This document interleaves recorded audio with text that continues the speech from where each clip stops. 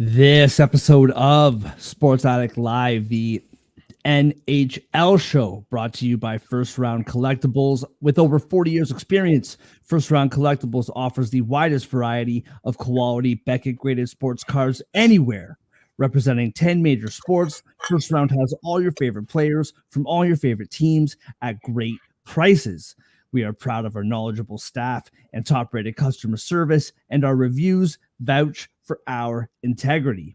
Visit us today at firstroundcollectibles.com and find your heroes. That's the number one, STRoundcollectibles.com. First Round Collectibles, sports cards for sports fans. Yeah. Let's go. We just gotta go hard. I go the hardest. I bring the pain. Not what you used to. It's all part of the game. Yeah, I just gotta go hard. I just gotta go hard. Go hard. Go hard. Yeah. Oh yeah, the beast back. Adrenaline pumping through my veins. Welcome, Sports Addict Live, the NHL Show. We're back. A man of his word, Andre, a man of integrity. Love it. Oh, Canada. How you doing, bro? You all right? Guess the Great White North is our daddy for now. It's just how it has to be for a week. It was actually a pretty good night for the old Canada, minus Calgary, but we'll talk about that in a little bit. What's new? John, how you doing, bro? I see you're repping your squad. Big game tonight. Got the game night cap up for tonight, and like you said, it's a pretty good big measuring stick game for the Devils. I'm looking forward to see if they'll step up, and I'm sure we'll talk about that later. 100%. So, question for you guys. I don't know if you felt this way. I put it in the show notes. I felt last night, first of all, what a great night of hockey. So many games, so many storylines, both good and bad. But I thought that last night may have been a separation night when it comes to certain teams. I mean, Leafs bouncing back on a back-to-back and winning. Penguins getting their first power play goal in 37 power plays or something like that. The Hurricanes, like you talked about, John, bounced back. And Ottawa, I feel like Ottawa's done. I've kind of given up after last night. I think it's over. You got the Red Wings, what they're doing with what we've been talking about, St. Louis and the coach firing. We'll talk about that. I thought Philadelphia played pretty well, just couldn't get the job done. You got the Kraken, who, the Panthers, just couldn't get anything going. Connor versus Connor. There's just so much to talk about from last night. We'll get into our takeaways. I'll start with you, John. What was your biggest takeaway from the world of the NHL last night? I'll go to a national game that ESPN did in the States last night between the Detroit Red Wings and St. Louis Blues. Admittedly, on yesterday's podcast, I was not overly interested in that game and did not want to bet it, but I thought it turned into a pretty competitive game, so I checked it out, especially once the Leafs started getting up on the Rangers a little bit there. What I noticed in the Detroit St. Louis game last night was that St. Louis was up 4-3 at the end of the second period. ESPN laid a graphic out there that St. Louis was 11-0 in games this year after leading at the end of the second period. Well, what happens? ESPN jinxed St. Louis. Detroit responded aggressively in the third period and won the game 6-4.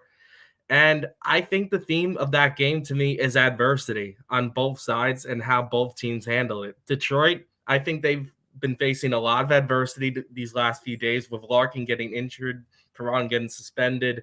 But yet Detroit's been tough. They've been a tough out since all that happened. They played better than I thought they would against Dallas the other day. And last night, they were about to lose again, and Detroit said, no, we're ending St. Louis's streak. They responded despite facing tough times, and they won. St. Louis, on the other side of the spectrum, I don't think they've handled adversity well. I don't think they responded well when the first thing went wrong for them all year after the end of the second period. Because what did they do? They announced that they were going to fire their head coach, and they did. And I think that's a bad look on the team, to be honest. This is the first time they blew a second period lead all season. Admittedly, they ended that game terribly because I believe they gave up an empty netter 6-on-4 advantage for St. Louis, yet Detroit still scored the goal to put it away. I didn't think that was a good look for St. Louis to fire their head coach after that. I'm sure there was other things that led to that, and probably was the straw that broke the camel's back, but I just don't like what that says about St. Louis, and I like what last night's game said about Detroit. Yeah, I find that really interesting because, like, Doug Armstrong, the general manager for the Blues, in the past, he's been pretty self-aware with how his team is. And if you remember last year, I think they were only 3 points out of the playoffs by the time the trade deadline came around, and he traded everybody. And it was like, hey man, like, you're right there. And he just said, hey, we're not like good enough to compete, so we're doing this.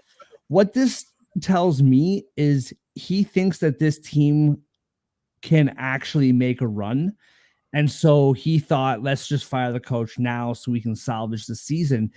To me, I mean, we've been saying this all year. Like, do you guys really think, like, in September, did you think that St. Louis was some world beater team? Like, I don't see it with them, right? They got some cool pieces, but you got guys like Thomas and Kyrou, which are nice players who I like, but you have nobody where you're down in the third period and you're thinking these guys are going to save us. Like, you just don't have that feeling with this team. So I personally don't like the firing. I'm with you, John. I also think 45 minutes after the game, like, was he like I don't know, 4 or 5 whiskeys deep and was like, I've had enough. You know what I mean? I don't know. Like to me, it seemed a little bit more sporadic than we would usually get from him, which just tells me, personally, it's my own opinion, I haven't heard this anywhere, but I feel like win or lose, he was probably getting fired. I feel like that was already kind of predetermined. But yeah, at the very least after the next loss. Right. And I'm a bit surprised that it was literally 45 minutes after the game. Like, I'm watching the Chicago game with the Oilers, and all of a sudden I get a notification on my phone. Like, wait, is that game even over? Like, what in the world just happened? Andre, before you get to your takeaway, do you have any thoughts on the firing or on the Blues in general? I thought it was wild. I just so unexpected. I think both of you guys really hit the nail on the head. But what are they expecting the guy to do? Just run the table starting in December? Like, I don't know. It was just weird all around. Nobody expected much from this Blues team. And it's not like they're in terrible shape considering the state of the Western Conference. It was just a very bizarre move to me, especially right after a game, like you said. Not even like, they landed in their next destination or whatever. It was like final buzzer, got in the locker room, he gave a speech. Oh yeah, here's your slip. Get out of here. So it's really weird to me. Well, that's the thing too, Andre, is that like he did the press conference. Yeah. Like he did I don't think he saw this coming, to me. It's like he did the press conference, talked about it. He got off the stage. Hey, Craig, we got to talk to you. It's like, oh, all right. Anyway, yeah, great stuff, John. Andre, what was your takeaway? I think my takeaway has to be the Seattle Kraken snapping their losing streak finally. They hosted the Panthers. We were down on them. They lost 8 in a row. I think only 2 of those games were in OT. Just reeling. And some of those games were against, bottom feeders like the Blackhawks. the Canadians, the Senators, the Wild aren't doing too great. So it was good for them to, one, snap that huge story because, like John in particular likes to point out, the bottom of the Western Conference is a mess. They're only 3 games out of a playoff spot. Yeah, So 100%. ending how many is that? 8 games where you only got 2 points. Ending that, you're still at home. You got the Blackhawks next. You know, you could build some momentum here. You can get back in the picture. This is a team that made the playoffs last year, and they've been, dare I say, garbage to start this season, but they're not out of it yet. You know, there's a lot of teams in the Western Conference that can make a run and get there. Seattle could be building something right now. Big time. Yeah. And I mean, that's not beating nobody either, right? Like we've been praising Florida for the last few weeks. Like that's not beating nobody 100%. So my takeaway, and it's something that we talked about yesterday, the Connor versus Connor. First of all, Bedard had a filthy goal. Like, which by the way, Andre, you said it like 3 times yesterday. Chicago first goal. And within like right there. Money. within 4.5 minutes that cashed. So congratulations. I'm so happy for you. Because I had some other not so great bets last night. But that goal was filthy, like just smooth, man. And I thought that ESPN, we got that feed up here, and I thought they did a terrific job in highlighting those 2 players. I was texting you guys this today. Watching that game last night made me really happy for the game that Bedard was drafted in a market like Chicago and not in Canada. I think Montreal last year had the 4th pick, if memory serves me correctly, maybe 4th or 5th. And if they got the lottery pick and they drafted Bedard, that game is not on national television down there in the States, right? And I just think that the NHL is a regional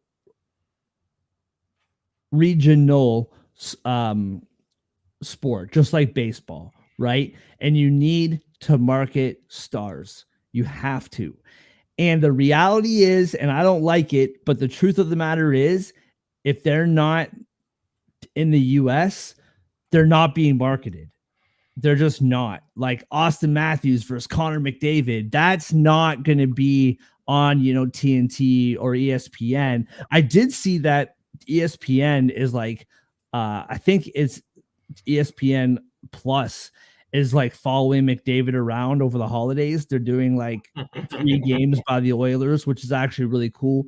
But other than that, like I just thought that was really good for the game. Hopefully Chicago becomes a good team that can be competitive in the next few years. And that's a playoff matchup that you're going to see a lot. And so I thought they did a really good job. And that was really cool to see. And on the back end of that with the Oilers, that was a game last night where they played pretty well, but they played a team that they should beat 4-1. And they did it. And then, 2-3 weeks ago, that's not happening. And so you got these teams like the Oilers. We've talked about them over the last month, and they pulled it out last night. Zach Hyman is getting a goal like every game. He's just getting goals, and they're looking good. They're getting saves. I know it was Chicago, but the Leafs have lost to Chicago twice, so I don't take them lightly. I don't take them lightly anymore. But I thought that was huge by them last night. Another, and I know we're doing one takeaway, but I wanted to throw this out to the class. The Flames, they keep losing these games by 1 goal. I heard on the radio today that since last year, they have lost 37 1-goal games. 37. I want to say since the new year of last year. You can look that up. You can fact check me. 30. So a third of their games they've lost by 1 goal. I also read that in the last 2 games against Colorado and against Vegas, they gave up 6 leads in 2 games. 6 leads. Like, that's insane. I don't keep track of that stat. That's nuts. To me, and I know in Canada, Calgary is a much hotter topic than it is down there. But to me, this is the exact same team as last year. They're going to lose heartbreakers all year long. And I don't think they're coming back. I think they're done. I know it's only December, but we're like 1/3 through the season, right? I don't know if you guys have any hot takes on Calgary, but after that last night, and I know you're playing Vegas, but come on, man, 6 leads in 2 games. I don't care if you're playing the 2 best teams in the league. That's just wild to me. I think they're done. I think you have a better read on Calgary than I would, given you get more coverage of the Canadian teams. I guess my impression of them was that I didn't think much of them once the locker room talk started happening in like the first quarter of the season when guys already wanted out. I thought that was personally a bad sign for the way Calgary was going to go this year already. And I don't know. I just don't really think much of them right now. And I didn't know that stat about the one goal loss games. That's very intriguing. It just sounds like they've had a lot of heartbreak, not just this year, but going back to last year as well. And I know the West, as I infamously put it, the bottom of the West is garbage. But I mean, with the Oilers starting to get it together and there being 1 or 2 potential teams out there, I mean, you touched on this early in today's episode, Mark, saying maybe St. Louis will get like the push they need with a new head coach now. Maybe they'll steal one of those spots. They certainly seem to feel like it's there for the taking, and the way the West looks like now, it certainly is, because I don't think any of us fully buy into Nashville. Maybe Edmonton, now that they're starting to be as hot as they are, getting back to normal, so to speak. But yeah, I mean, I guess my take on Calgary would be I don't really have a real impression of them. I trust you to have a better read on them than me, but my feeling is I don't think I'm going to be surprised to see them sitting home by April this year. My impression, really, their 5-on-5 defense has fallen off a cliff. I think that's pretty obvious. And then John touched on it. The locker room issues. Zadorov and Tanev have been on the market for like a month now. There's something going on up there. They've made some interesting trade moves already, as is before the season even began. So, it might be an internal issue that's finally made its way onto the ice. That's what I'm feeling. I agree with Calgary, you. But it definitely feels like there's a tense locker room out there. It's just a team that's very off, and considering how strong they were, I know they didn't make the playoffs, but they still had 93 points. They were strong defensively last year, and their PK hasn't fallen off at all this year. It's really just when they're 5-on-5, when they're on the ice together, it's just a mess. Well, you remember like last year, like you're right, like they lost a lot of games, but I can't remember what it was. I wish I looked this up, but like their overtime losses last year was insane. I think they had like over 20 like overtime losses last year. So like just so many losses like by 1 goal, right? Where now like that game against Colorado, they lost 6-5. Last night they lost 5-4. Like they're not like losing games 2-1, like 3-2. Like they're like barn burners, right? So yeah, I didn't really plan on talking about Calgary for 10 minutes, but I just in Canada right now, between Calgary and between Ottawa, like John, last night, like you nailed that, man. Like Carolina came out purposeful and just beat Ottawa, and Ottawa looked awful. And it was like 4-1. I put money on Ottawa, and it's 4-1. in the third period. And within 2 minutes of the third, I was like, yeah, this is over. There's no way that they're coming back. Speaking of putting money on things and losing, let's get to our bad beats. Andre, what do you got for a bad beat, bro?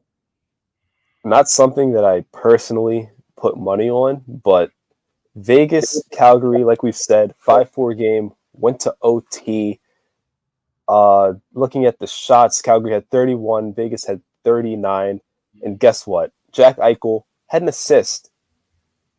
Was on the ice for 20 minutes and 55 seconds. 1 shot on goal. Jonathan Huberdeau on the ice for 16 minutes, 15 seconds. No shots. Or 1 shot, excuse me. I was mixing him up with Blake Coleman, who was on the ice for 16 and a half minutes and had 0 shots. What's going on, people? Put the puck on the net. That's all I ask. How do you get 1 shot in that game? Doesn't Jack Eichel lead the league with shots? He's up there. I'm not sure not, if he's he's leading up the there. league. Yeah. But yeah, he's usually ripping them. Overtime game, 21 minutes. 1 shot? That's all you got for me? Like, come on. And he got an assist to boot. Like, It's so funny that you mentioned shots, man, because like, so on Monday night, Keller, it was Arizona versus Buffalo, and Keller 3 shots plus was one of my favorite bets of the night. And I have friends who text me and who are like, yo, man, what am I, betting on? And I was like, freaking Keller, man, that guy gets 3 shots every single game. He gets 3 shots. He got 0 shots against Buffalo. And yesterday in the first period, he had 4. And I was like, I can't win with this guy. John, what was your bad beat, bro? Yesterday wasn't too bad for me in terms of bad beats, but I do have one that kind of sticks out from last night. It was back from the team I kind of painfully picked in yesterday's betting preview. Let's go back to Nashville with the Predators and the Flyers. I think we all agreed that Philadelphia seemed like good value at plus 120 yesterday. So I jumped on that too. And, they weren't, I don't know if Philadelphia ever had the lead in that game, but like they definitely made me hopeful that they would come back and win that game, being down by a goal at the end of the second period. They tied a game in the third period, even forced overtime. So I'm thinking, hey, maybe I get a plus money pick correct, get my record up from yesterday. Nah, Philly was just teasing us. Nashville ended up securing the game in overtime. At best, Philadelphia got themselves an extra point, but we all burned on that one. I think that would be my worst beat from yesterday. It was funny. Torts after the game was just like, yeah, man, I thought we played great. Just didn't like whatever. Like it's pretty good spirits down there right now in my favorite American city, Philadelphia, if people didn't catch on. All right. Moving on. My bad beat, I would have to say, and also my California family. I love California. Nothing against California. Just Philly's way closer, so I go there more. All right, moving on. My bad beat. I gotta go. I mean, if you've watched this show for any length of time, you know we love the Sharks. I gotta go to the Jets, man. Like, same with you, John. Like, Jets are down 2-1 going into the third period. I thought for sure, like, the live line was like minus 154 still for the Jets to win. Wow. I didn't know that. Yeah, dude. I know. But as we talked about, Connor's not playing. But you know how many times I was listening to the radio today? You know how many times I can't even tell you, at least half a dozen within an hour, about people saying the Sharks have bite these days. Your favorite line. The Sharks these days. It's not October Sharks. Right now, they have bite. They love it. Absolutely. Oh Sports media loves it. The little pun. But it's true, man. Like, that Sharks team played really well. It was 2-1 the whole third period. Blackwood stood on his head. The Jets played way better than the Sharks did. With 6 minutes left, the Jets took a penalty. And the Sharks, 1-1. And the Sharks capitalized on the power play, and the game's over. And if you had the -1.5 for the Jets and it's 1-1 in the third period, you're thinking like, oh, for sure, 2-1, throwing the empty net. You know how gamblers are. We, oh, it's locked up. We do the whole rationale in our minds. And the Jets, we're going to talk about later, but the Jets, they had to have that game last night, in my opinion, because they got the Kings tonight, and that's no joke. And so for like us gamblers, it was a bad beat, as in losing money. But from the Winnipeg perspective, I think you had to have that game last night. Before I we don't know. move When on, going can to I? the tank is spooky now. Yeah. Well, and it's like funny, man. Like I'm watching that game. Those Sharks fans, like it's only 2/3 full, but they love They're it, dude. wild. Like They're a wild they're fan base. about it. You got to remember, the Bay Area has suffered a lot of heartbreak these last couple of years. A lot of Yeah. teams have left them. So I feel like the Sharks being a solidified team, the only one in the San Jose area, probably helps. Before we move on, though, Andre, I got to give a virtual fist bump to you. I feel like me and you in particular have been pretty on point about these Shark spots this year, calling some upsets. I feel like we've done this a handful of times together, calling Sharks Yeah. surprising wins. We don't even hesitate anymore. We just know. Like we can look at the game, the situation, be like, oh, this is the one that they win. For real, I Same feel thing like with the me and you have boys. a sixth sense on this team. I don't know. I don't like I to don't have give the myself a pat stones. on the back too often, but like I don't know. I feel pretty good about myself with some of these Shark spots this year. I don't don't think have as the a team, stones. I'm more comfortable betting in all the sports than the Sharks. Like genuinely, All the Facts. sports. all the Weeks sports and right now. upset spots. I agree. I agree. That's actually a really good point, John. Will the Sharks be favored ever? I would love to do a deep dive on Might have to when look was that the up. last time the Sharks were favored in a game. Oh boy. Before their If next at game, all- I'm gonna try to look into that. If at all this year, it had to have been like the first week of the season. They play Chicago early. Yeah, maybe that game. Let's see. Was it home? They were favored in the first game again. Oh, that's the preseason. My bad. I was like, there's no way they were favored against Vegas. Dude, Yeah, they haven't been favored yet this year. betting on the Sharks in the preseason. That's That's I'm- degenerate. That's I'll be degenerate. the first one to call myself a degenerate, but I couldn't go that far, man. All right, they were even money with the Yotes on April 1st last season. They were just flat out favorites against the Columbus Blue Jackets on March 14th last season. So that's the last time they were outright favorites. March 14th. Wow. That's so funny. Yeah. I gotta That's keep an eye on that, man. That's That like should 9 months be- ago. Sheesh. That should be a bet out there. When FanDuel the Sharks are going to be favored somebody. next. How many games until the Sharks are favored? Oh my! That would be like over under what? Like that's Let me so look at the funny. schedule. I feel like the Blackhawks are the only team they're going to be favored against all year, but only at home.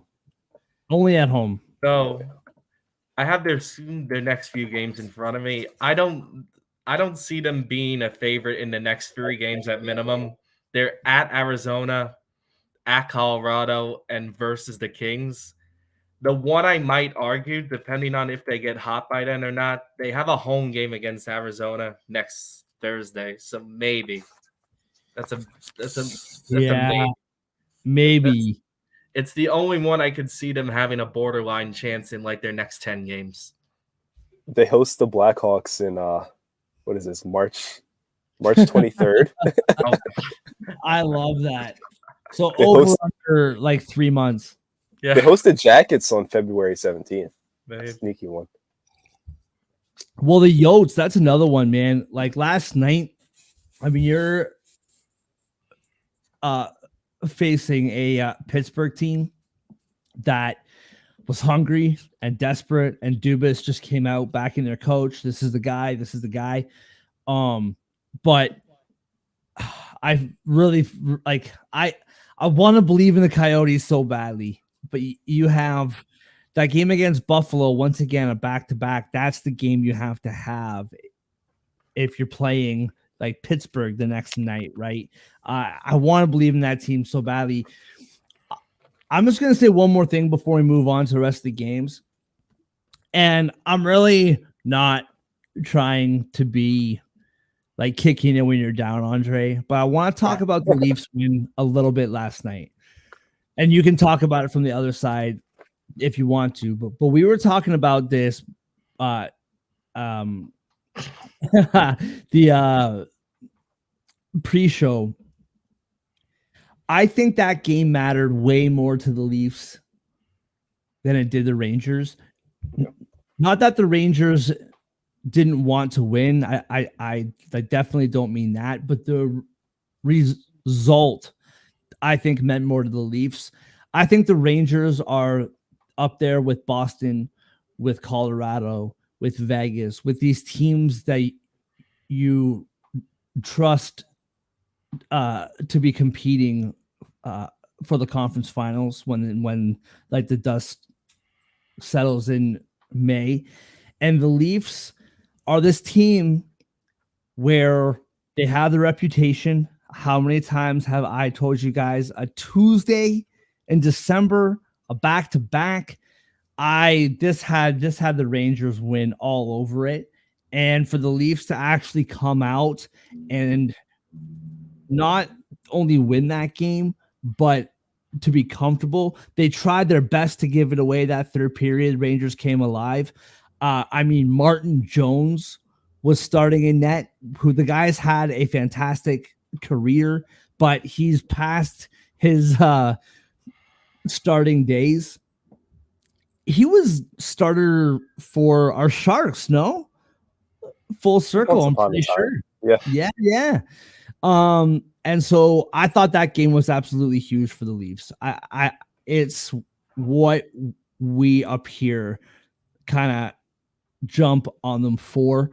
We really tough loss the night before against the Islanders, and for them to come out and to win that game last night. To me, watching that game, I thought that the Rangers started off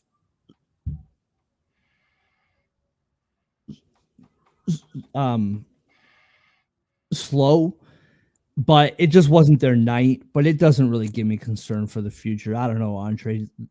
Do you disagree? I'm not concerned about the future. The team's still banged up with Capo Caco and Filipino out. K'Andre Miller didn't play last night, and Ryan Lindgren's perpetually banged up. So there's that. What I'm more worried about is that they consistently play from behind. I think they've just gotten comfortable, falling behind 1 goal, 2 goals, and going, oh, like it's time to go. And then they pick up and try to win. So that bothers me a little bit long term because that's not sustainable. And then Igor Shesterkin, I mean, I know it's not always all on the goalie, but he's not looking like the consistently, like the guy that was going to be a Vezina finalist every single year, like he has been the past 3 years. I mean, when he's on, he's unbearably, I'm sure, for opposing teams, unbearably difficult to score on. And right now, it just doesn't seem like he's moving with the same confidence, and he's stopping the shots that he should be. So, I mean, Shesterkin needs to get his confidence back. Team needs to start better, stop playing from behind. But they're banged up. They're going to go through some lulls. I think they're going to get their teeth kicked in Saturday, second half of a back-to-back, and it's in Boston. But I'm hoping that wakes them up. So. Yeah, I agree with Mark's take on this game before, that I thought this meant more to Toronto than the Rangers. And I think the third period really says a lot about the Leafs in that they had a chance. They were looking like they might blow that game, to be honest, because they were up 4-1 at one point, and the Rangers scored 2 late goals in the second period. I even thought to myself, I wouldn't be surprised to see Toronto blow that game. I thought the third period was a very impressive response. Quite frankly, one Toronto needed just for confidence sake.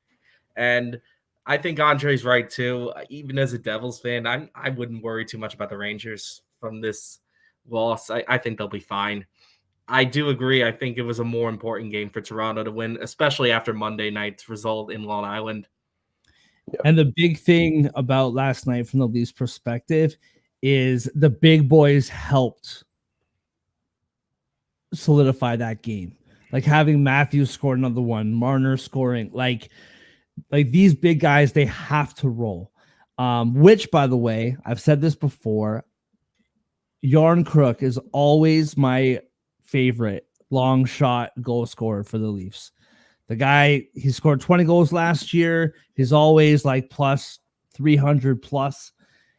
If you're ever looking for a long shot to get those odds, those like, lotto goal scoring parlays, I love me some Calle Yarncrook. All right, moving on. Is there anything else we wanted to tap into from last night's game? I think that's it. Games, rather. All right. Yeah, I think a brace up.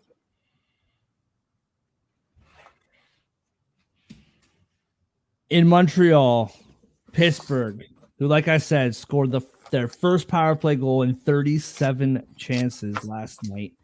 Good 4-2 win against Montreal. Pittsburgh is minus 155. Montreal plus 130. Minus 1.5 on the puck line for the Pens is plus 160, while plus 1.5 is minus 192 on the Montreal side. The over-under is 6, and that is at minus 112, and the under is minus 108. Andre, I'll start with you. What do you have on this game? I'm not trusting this older Penguins team on the second half of a back-to-back, especially not one where they had to, fly across a border. So I'm going to keep this ball out and alive and give me the Canadians. They're young. They're faster as is. Bell Center is not an easy place to play, even when they're not a good team. Pittsburgh's going to have tired legs. They just traveled. Their offense is already having issues. I know they got that power play goal last night. I know they put up 4, but they're back on the road. And on the road is where they had that string of 3 games where they scored exactly 1 goal in each one. I think that continues. I think Montreal can get just enough by them, like 2 goals, 3 goals, and that should be enough to win this game. So give me the under and give me the Canadians to win. I 100% agree with you with the under. I think that's the play here. I know that you got Crosby and Gensel and those guys, but Pittsburgh 23rd goals per game, Montreal 27th. I know Montreal is 25th goals against, but Pittsburgh is 6th. And both these teams don't have good power plays, as we noted. I mean, maybe the floodgates open for Pittsburgh after they got 2 last night. Maybe now they just they don't miss on a power play for the next couple nights. Who knows? I'm with you with the under. I don't trust any side on this. I think minus 155 isn't awful. If you're looking on the Pittsburgh side, if you're on the Montreal side, I definitely like plus 130. I would probably agree with you if I have to pick. I would pick Montreal plus 130, but I'd probably just take the under and probably stay away from a side myself when it comes to gambling anyway. On the shots side, Crosby, I just love betting his overs when it comes to shots. It seems like every night the guy's getting 4 shots on goal. He has 103 shots on the year. On DraftKings, over 3.5 is minus 140. And on other books, you can get 4 shots plus for plus money. I would definitely look into that. Gensel also sneaky 95 shots for him. And over 3.5 is minus 135. Crosby also has 15 goals on the year, minus 115 for goal score, which I don't like those odds. If you're looking to make money from someone scoring a goal, you want plus money. but that's how regularly this guy's scoring. Gensel again, 12 goals for him, minus 105. So that kind of shocked me in this game, that the two like best goal scorers for Pittsburgh, they're both minus money. So I don't know if that's like the books telling us something or whatnot.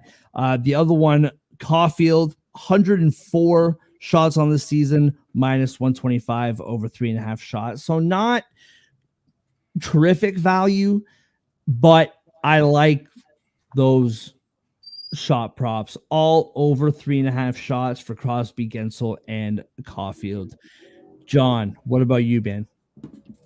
I'm with Andre here. I do like Montreal to win this game. I think it's my favorite plus money line of the night, mainly because of the age factor. I don't think this is a good spot for Pittsburgh to go back to back. And Andre touched on this. The Bell Center's, it seems like at least one of the toughest places to play in the NHL with how diehard Montreal fans are up there. I know the one thing that did concern me about making this pick is the goals against average difference. He touched on that already but I still feel okay about this Montreal pick. I feel like the Pittsburgh got their power play boost out of their system. I don't expect that to happen again here tonight, despite Montreal's lackluster penalty kill, if you will. I don't think either team is great on special teams in general, like power play or penalty kill. It just feels like fading a back-to-back older team at this point more than anything else. So I think I would take Montreal. And you guys talked me into an underplay here as well. I didn't really make much note of that in my pregame notes, but I think now hearing you guys discuss it, I think I'm a little convinced to back the under in this game myself. Yeah, that might be my best bet. I'm still debating it. I don't know for sure, but I really, really like that under. All right, John, right back to you, man. We'll back to you. Your boys. I think this is a huge game. Probably, I don't think there's much debate. Probably the game of the night. I don't see. Maybe Winnipeg and the Kings, maybe. But this is a huge game, man. What do you got for it? With Connor out in Winnipeg, I think this might be the game of the night. I do think it's very telling that the Devils are favorites in this game. I know the Devils are not a pushover and they're at home, but Boston, we're talking about one of the top 3 teams in the league right now with Boston here. And the fact that the Devils are favored in this game, I think says a lot.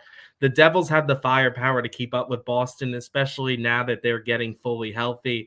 I talked about this on Monday's show. Bratt and Heischer have really stepped up for the Devils. They're both on point streaks, and they did a great job in this road trip. I feel like Jack Hughes has not had to do everything by himself now.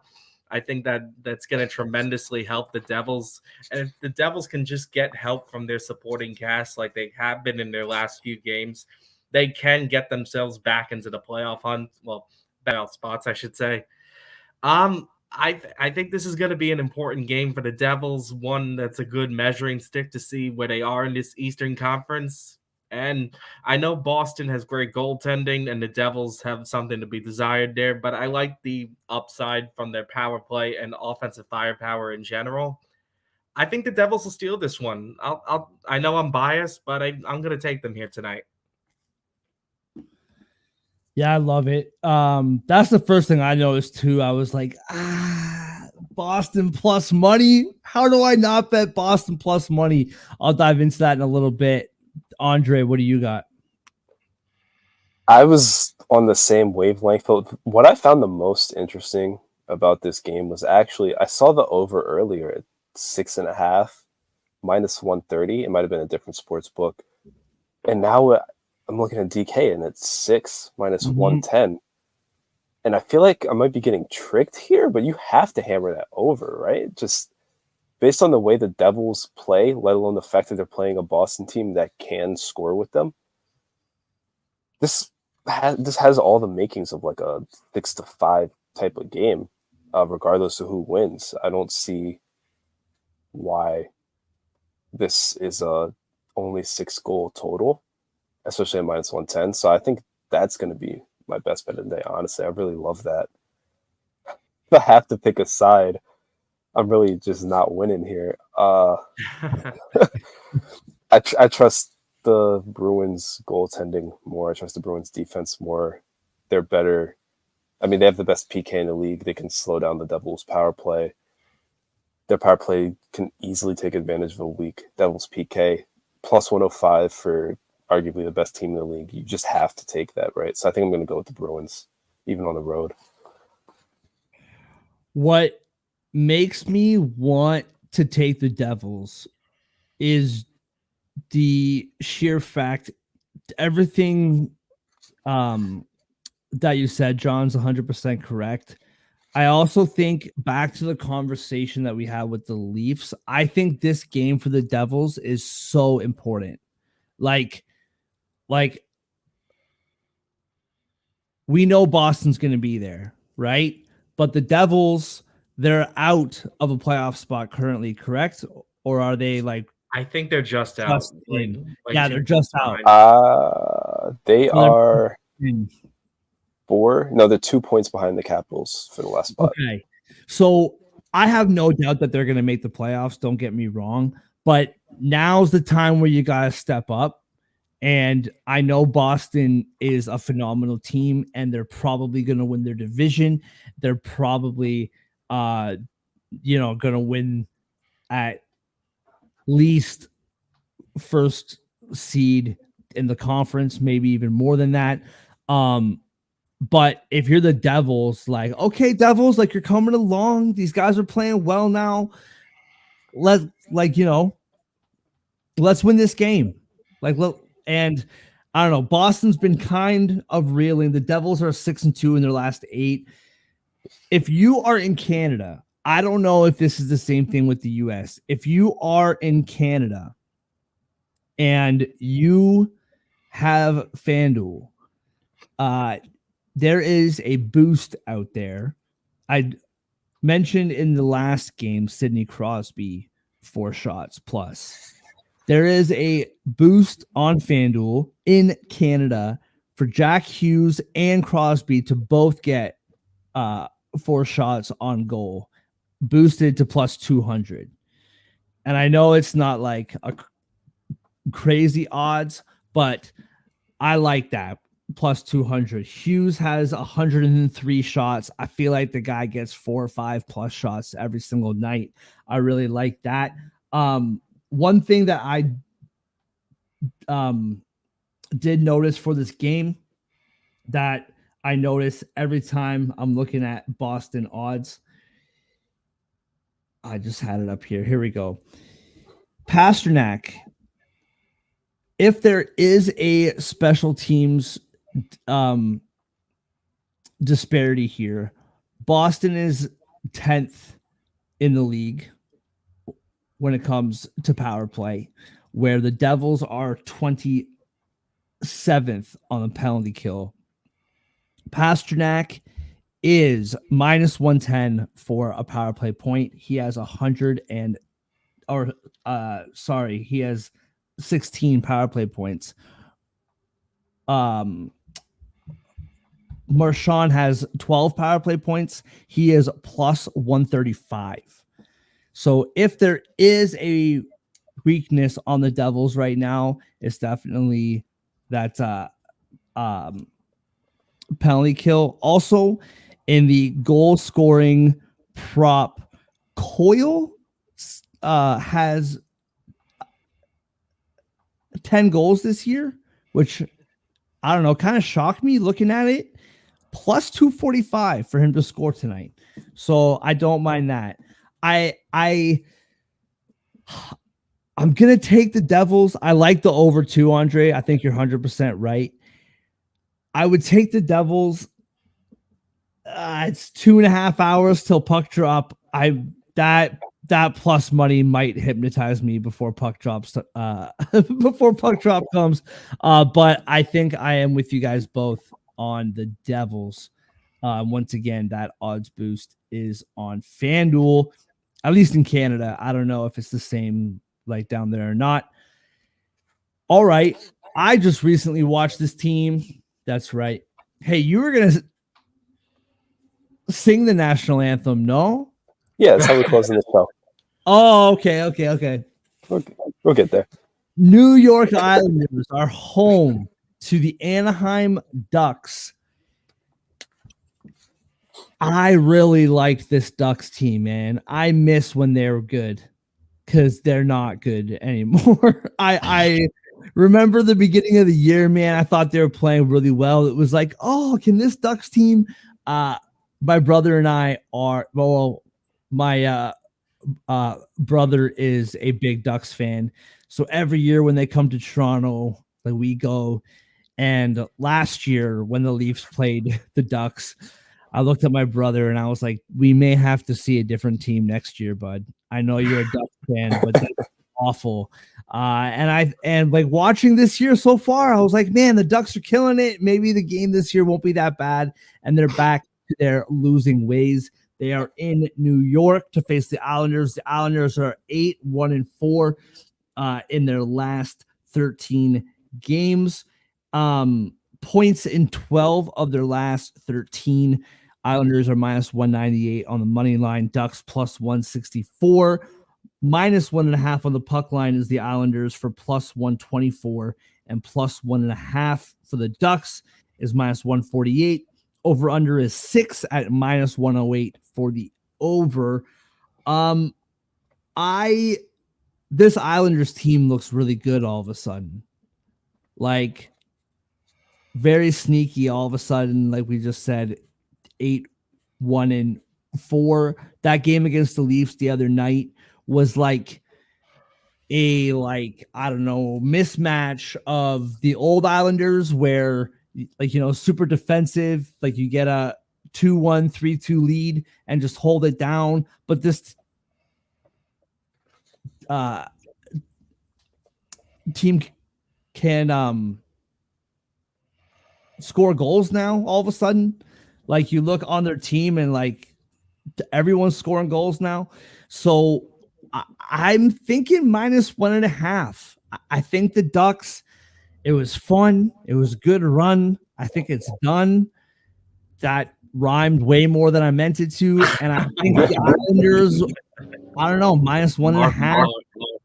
That's right. And I might even dabble in what you did last night with the Golden Knights and go like look minus 2.5. I don't know. I just think the Islanders have been playing that well.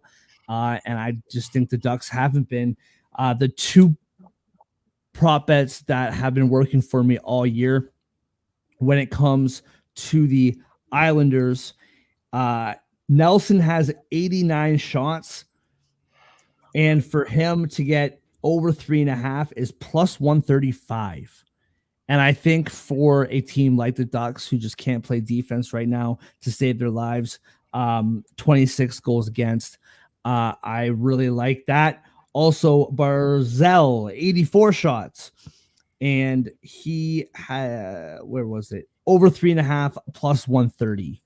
So you're getting like the two top shooters for the Islanders plus money to get over 3.5. So I really like those two props.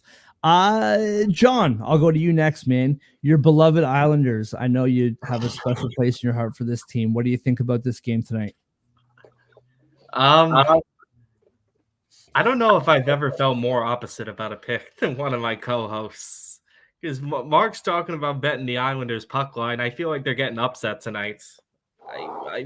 I think it's my upset pick of the night here. I really like the Ducks. I don't understand why the Islanders are such a big favorite. I know they're on a kind of a winning streak right now, but I just don't think they're a good enough team to be minus 200 money line on anybody. Interesting. Here's my thing. I think emotions coming into play a little bit, not by me, but by the Islanders. I mean, let's go back to Monday night. They were playing Toronto and John Tavares. They had a huge overtime win in that building, despite Tavares getting his milestone there. That UBS arena was rocking. You could hear the boos. Islanders fans were fired up, right? I'm sure that meant a lot to the Islanders themselves to beat Tavares in that spot. I think tonight is going to be a hangover game. I think the Islanders are due for a come down. And also, I think the Ducks are getting a tad undervalued here because I think people are going into their cold streak a little too much. They've had 4 goals in the last 3 games.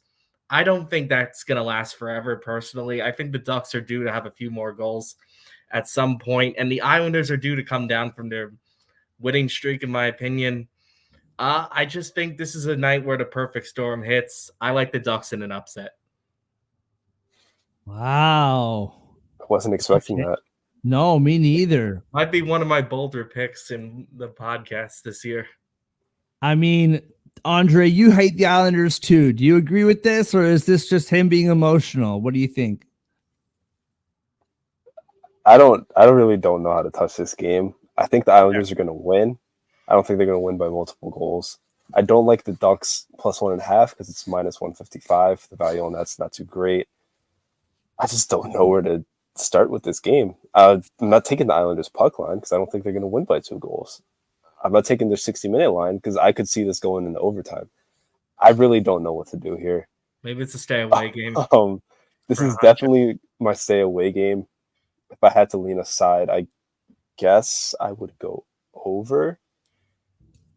But I'm not even confident in that. So I'm just here. I'm just here to listen and get some free info. This isn't my game. It's my game. I guess Mark and I will battle for bragging rights tomorrow. It is interesting that you talk about the over, because I was kind of thinking about this today, going back and forth with this one, and I think it could go either way. And you look at the odds, over minus 108, under minus 112. So like the books are telling you basically the same thing, right? But basically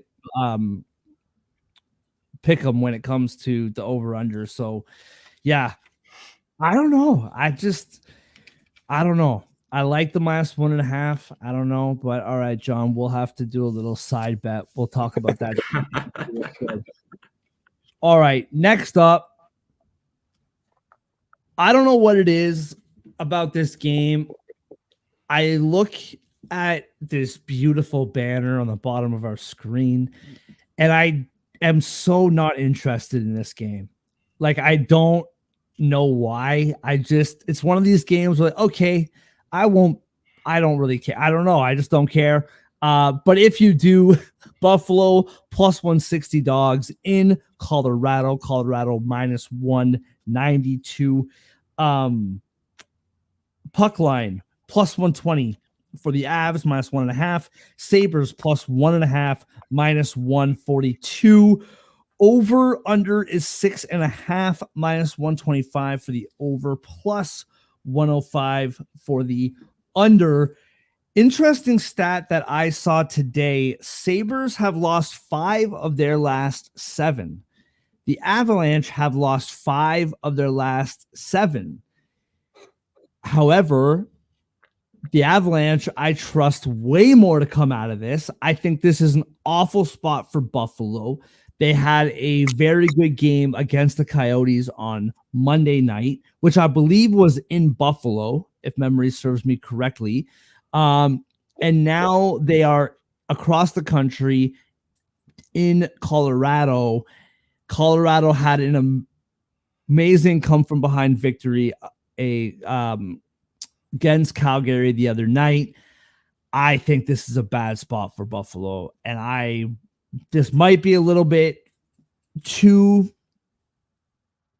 obvious, you may say, but I think like minus 1.5 plus 120 is a gift. What I will say is Skinner, you know how I love my shot props. Skinner is 106 shots. He's pretty much a lock to get 3+ shots every night, except for Monday night when Keller and Skinner both just screwed me. But I'm willing to forgive. I don't hold grudges like Andre. And where are we here? Skinner over 3.5 plus 130.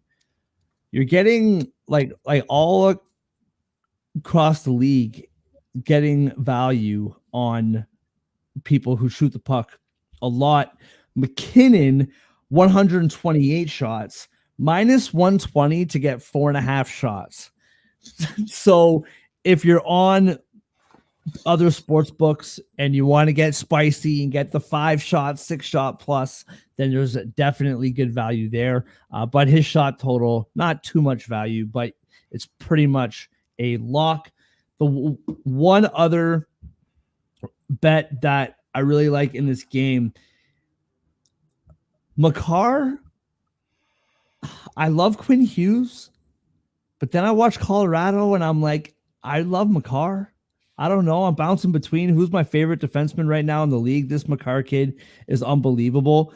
He has 8 goals this season, plus 260 to score. He's always shooting the puck from the blue line, especially if the Sabres get in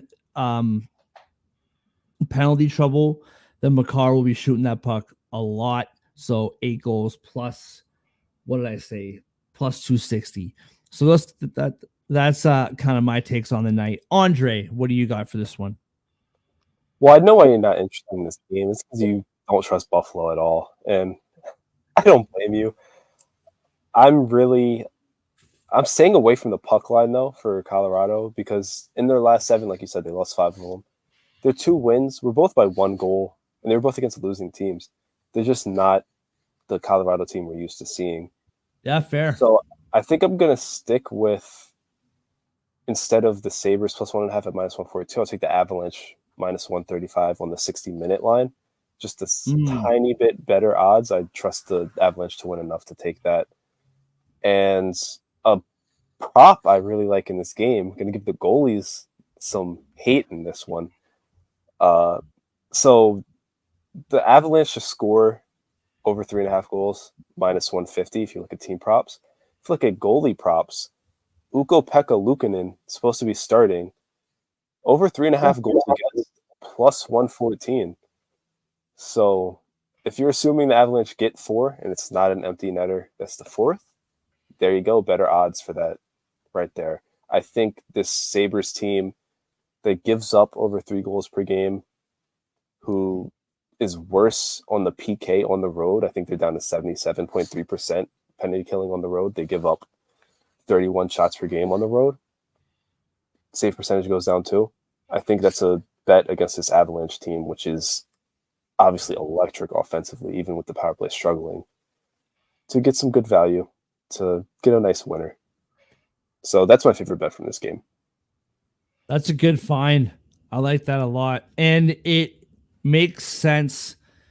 If you don't trust Buffalo to do good or bad, then you just bet Colorado to do good and leave Buffalo out of it. Yeah. I like that a lot. I like that a lot. John, what do you got? All right. So I think we've picked on Buffalo a little bit all year in these podcasts. Sure. And I'm feeling like, I don't know if you guys have ever seen that movie back in the 80s, Major League, about Cleveland baseball team. Yeah. So right now, looking at this game, I'm feeling like my inner Cleveland manager from that movie. I forget his name. And speaking to Buffalo, like, if you win tonight, we have something called a winning streak. Because they've literally had 1 winning streak this entire year. And you know how many games that winning streak was? 2.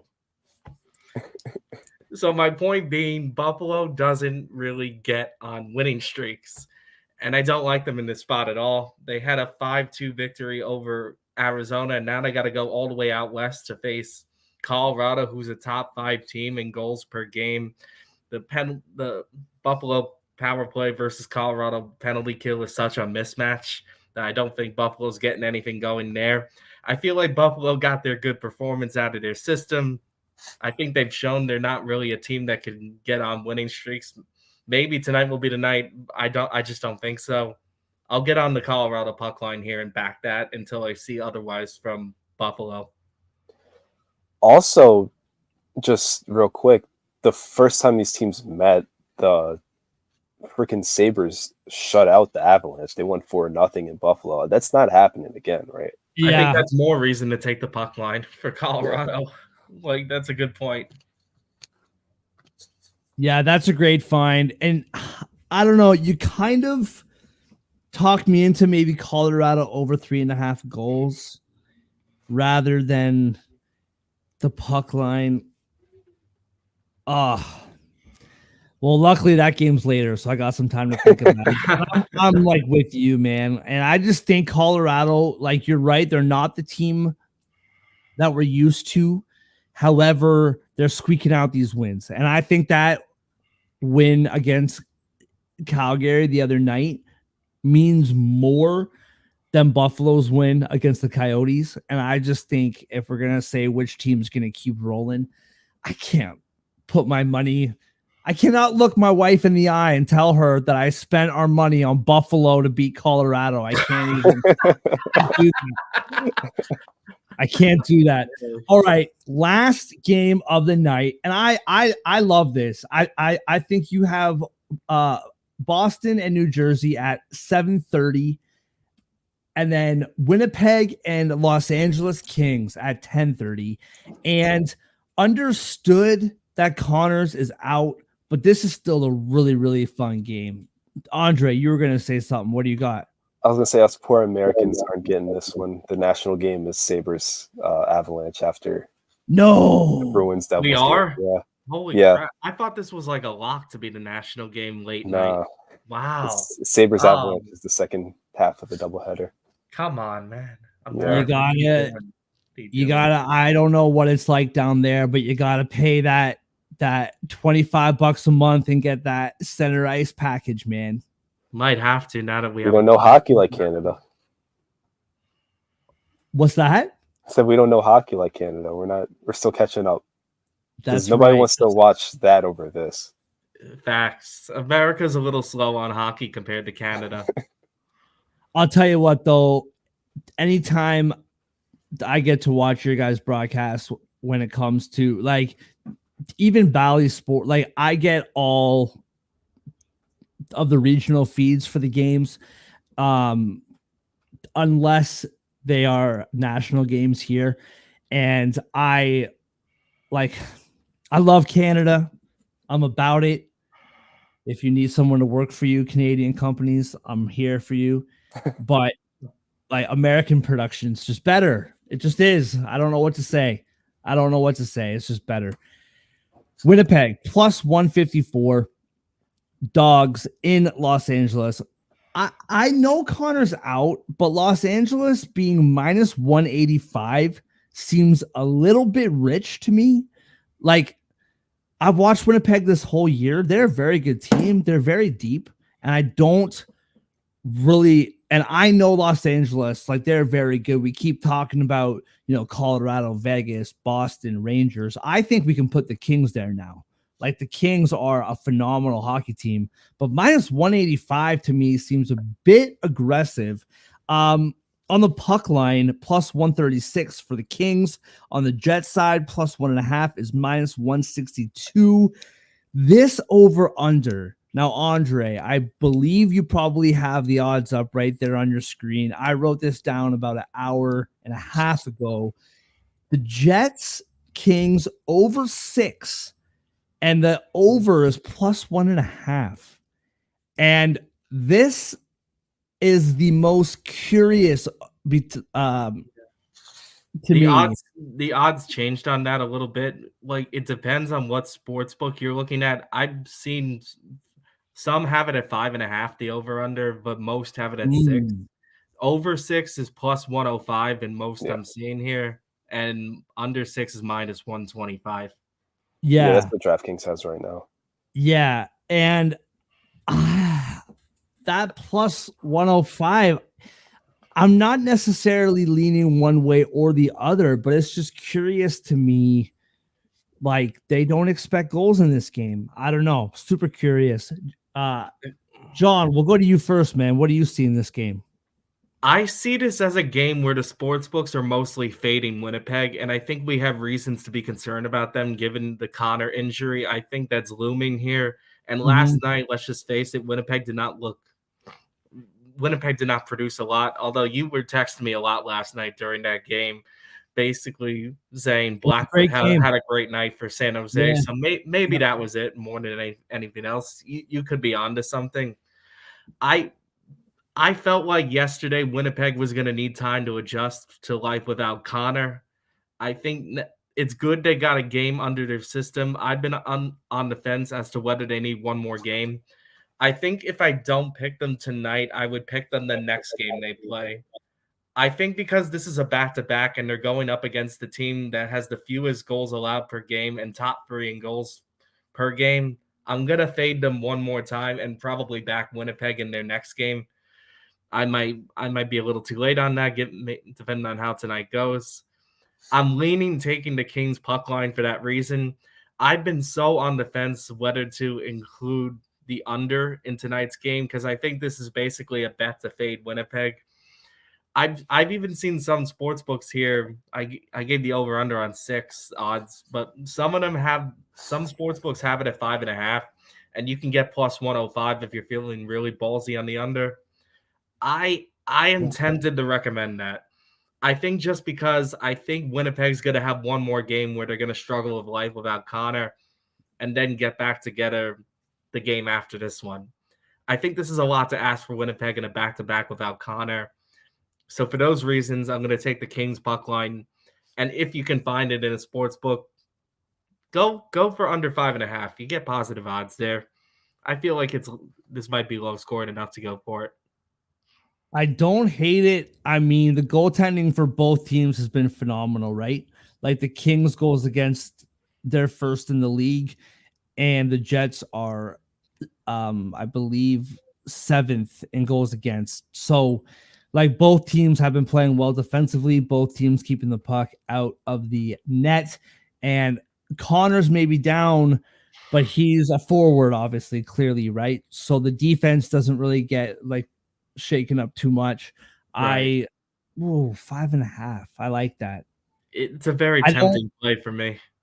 I'm not trying to talk down about myself. I don't know if I have the stones. I don't think my stones are big enough, but we'll see. We'll see what happens. Andre, what do you got, man? I understand why the Kings are favored this much. I get it. It's outside of the Connor injury, the Jets played last night. The Kings haven't played since Sunday. The Kings are back home for the first time since December 3rd. Fair. And I think in their last 3 home games, in their last home stand, they had 2 wins by 3 goals, at least 3 goals. One of those was the Avalanche. So I think just being back home, being rested, heavily favors the Kings on top of the Kyle Connor injury as is. So I like the Kings puck line here. They already beat Winnipeg 5-1 in Winnipeg earlier this year. I think they can, maybe not 5 goals, but they can do something similar. And I understand why the under is so heavily favored at the under 6 with the minus 125, minus 5.5 or under 5.5 even being an option. I see this being like a 4-1 game. I can't see Winnipeg scoring on LA really. Like 1 goal, 2 goals tops. I can't see more than that. Yeah, I was thinking if that puck line hits for the Kings, I'm thinking like, I don't know, 3-1. Yeah. I am pretty high on the Jets, probably higher than both of you guys. Not that you're down on the Jets, but I just have a bit more, pep in my step when it comes to talking about this team. And just for the record, like kind of side note, I just find the Canadian teams so much more interesting this year than they have been in the past. Like whether it's the good or the bad, I just feel like Canada is actually like, there's actually stuff to talk about, right? Like rather than Vancouver sucks, Winnipeg sucks. Yeah. Like Toronto will, like they'll make the playoffs, but they will also suck. Just give them time. But there's actually some fun storylines. I can't disagree with you guys.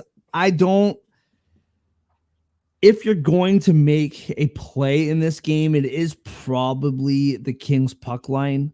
I think that I get what you're saying about the money line, but I mean, minus 185 is just too much juice for me to mess with. And I think the Jets plus 154, if you're feeling really confident, you're getting a lot of value, but I can't trust the Jets to come out to win this game tonight.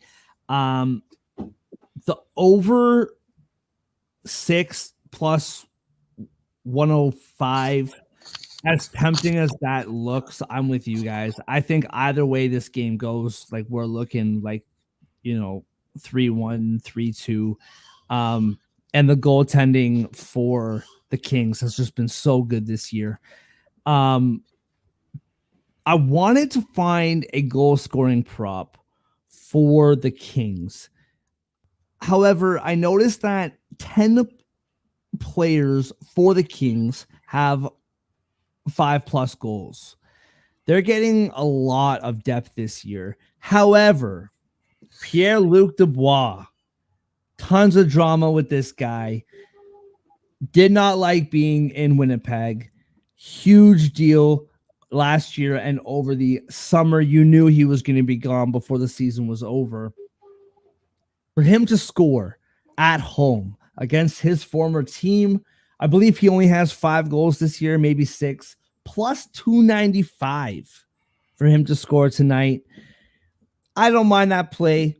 But other than that, I there's not too much. I do think with Kyle Connor being gone, guys like Perfetti, Sheffley, Ehlers, Niederreiter, those guys are good bets for goal scorers because somebody's got to score at least one tonight. Or maybe not. Maybe the play of the night's the shutout by the Kings. Who knows? But that's how I feel on the Kings and Jets. Any other thoughts on that game before we move on? I think we're good. Best bets. Andre, you won your best bet last night with the under in the Philly-Nashville game. So why don't you go first, man? Let's make it 2 in a row. What do you got? If we're going to make it 2 in a row, I have to go back to the Kings puck line. I really like it. I just really like it. So, yeah.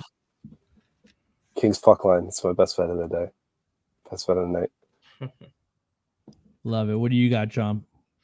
I think going into this episode, that was also a strong nominee for best bet for me as well. I'm kind of on fading Jets one more time, but I'll be a little different here. Something I got talked into in my own head when we were doing these bets. The more I think about it, the more I like the Colorado puck line as well. I feel almost as strongly about that as I do the Kings. So I'll take them on the puck line tonight.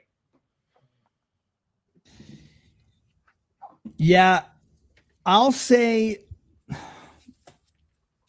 if you have FanDuel and if you are in Canada, I think Crosby and Jack Hughes boosted to 4 shots per game plus 200 for both of them. I think that's a lock. I think that's a really good bet. I think there's only a $50 max bet on that, but either way, I think that's a really good lock. I mentioned earlier, and I'll tell you what, thinking about my best bets for the night earlier in the day, I did not think it was going to come from the Ducks and the Islanders game. I didn't think that's where my best bet was going to come from, but I was mentioning Nelson, Brock Nelson or Nielsen. Do we know one way or the other? Is it Nelson? I think it's Nelson. Nelson. All right. Yeah. 89 shots on the year. Over 3.5 shots for him is plus 135. And I really like that bet. I have strong feelings about certain plays. Like you said, John, I like Colorado minus 1.5, but other than that, I don't feel super confidently about like any of these plays tonight. So I'm gonna go to a prop, Brock Nelson.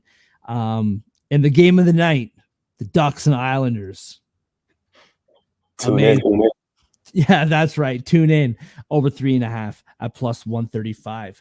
Well, any more thoughts from tonight? There was so much I feel like we could have talked about last night for another 2 hours, man. There was just so much to talk about. Yeah. I'm pretty good though. We covered a lot. There's a lot of good hockey going on right now. It's an interesting season. Go Devils. That's right. I Once wouldn't again, go that far. I mean, there's some good games as far as like back-to-backs here, right? Like if you're watching Boston and Devils going into, I think the Kings-Jets game is going to be a really good game. And I would even think about that under 5.5 as a lock. But hey, as always, thank you guys so much for tuning in. Make sure to tune in again. Wow. That was a mouthful. Tomorrow, 3:30 p.m. Thank you so much for joining us. Thank you to First Round Collectibles. Thank you to John and to Andre. Oh, Canada. Oh, I already got the music playing, man. Don't worry. You don't have to sing tonight. It's okay. Practice, and you can do it tomorrow. I can warm up my voice some more. Thank God. Thank you guys. We'll see you tomorrow.